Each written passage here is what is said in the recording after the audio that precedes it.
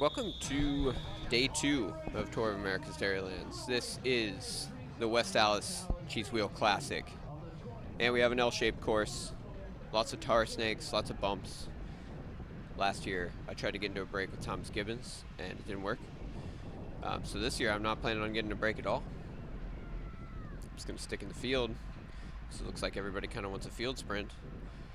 And I was kind of tired, so that was my strategy. Figured I'd move up a little bit at the beginning, just sit in the front few wheels, because it's a pretty technical course, and being farther back, you get accordioned out of it at a certain point.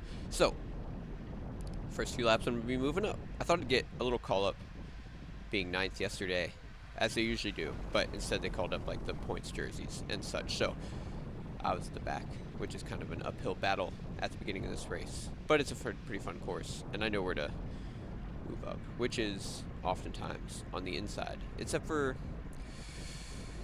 the two left-hand corners at the end, which you can kind of float the outside pretty easy. But it's a pretty hot day too, and I did not make an ice sock for myself.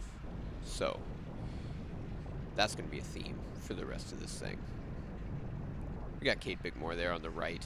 He, unfortunately, had a little tumble the day before and punched a metal barrier at the end on that last lap. Ryan Corman there on the right, too.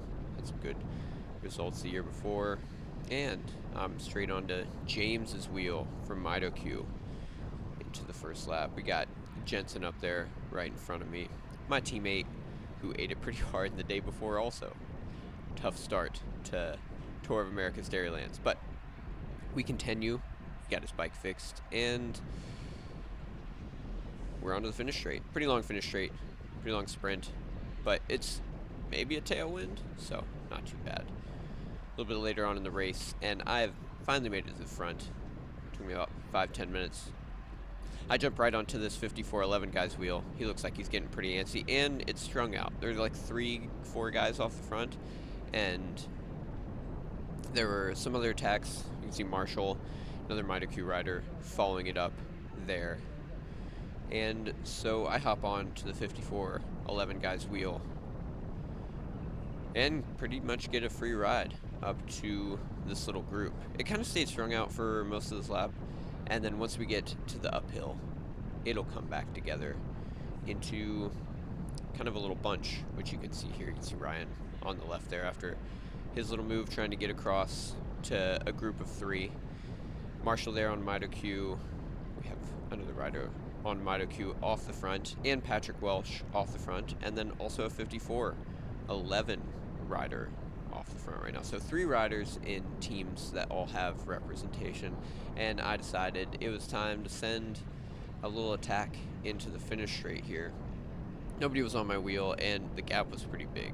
It was like 10 to 15 seconds at this point to guys who are super strong, and it's super hot. So I'm going to pay for this little bridge attempt, which ended up taking me roughly 3 laps to get across. So here we come through roughly 3 laps later.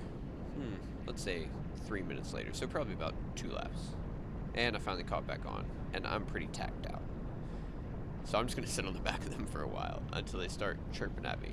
And that's what I did. It was about 3 to 5 laps of sitting on the back of them. There's still like 35 laps to go in this race, and I feel like I'm about to get dropped from this group. Like, I ate a bunch of Sour Patch Kids before the race and was feeling them come back up.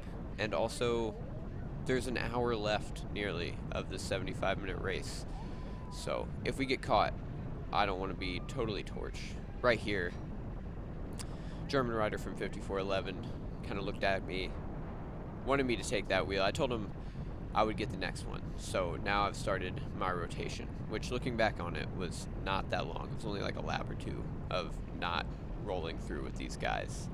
But the field kept getting a lot closer to us.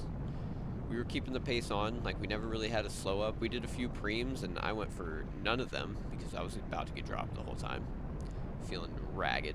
But here we come with 2.5 minutes to go. And we've been rolling through pretty well. The gap was up to like 35 seconds at one point, and then it came back down to like 17, 18 by the last lap. So we're all kind of freaking out. Like, we got to keep the pressure on. We can't be playing games.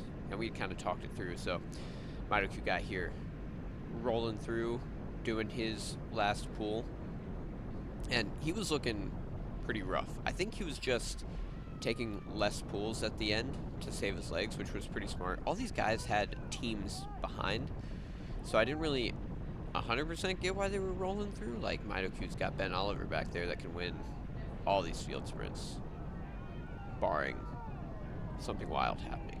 So I think Midoq was kind of trying to race it back, and we have the 5411 rider pulling through. This is one of the harder pulls. I was always trying to avoid pulling on this downhill, just because you do the downhill and then flick through on the uphill, and getting back on to the back was super painful. But he took this pull here, and then I'm just hoping Patrick takes it up until the end, because he's got strong legs, and he's been rolling hard the whole time. I felt like the weak link as far as long duration stuff, so anything that goes like right now-ish, I'm not going to be able to do. The 5411 guy left a little gap open right here, and I think he was planning on like hitting it out, but Patrick had enough legs to close that guy down. Not sure if that was like an attack plan or if he was going to wait for the sprint, but we come back around. I'm sure the gap is really short right now, so we've got to keep the power on, and you can see we're still going pretty fast, like 27 miles an hour on this little straight section after the uphill. Patrick's keeping on the gas, so I'm more than happy to sit in the wheels and go for the long sprint. I kind of wanted to wait, but Midoq guy goes real early.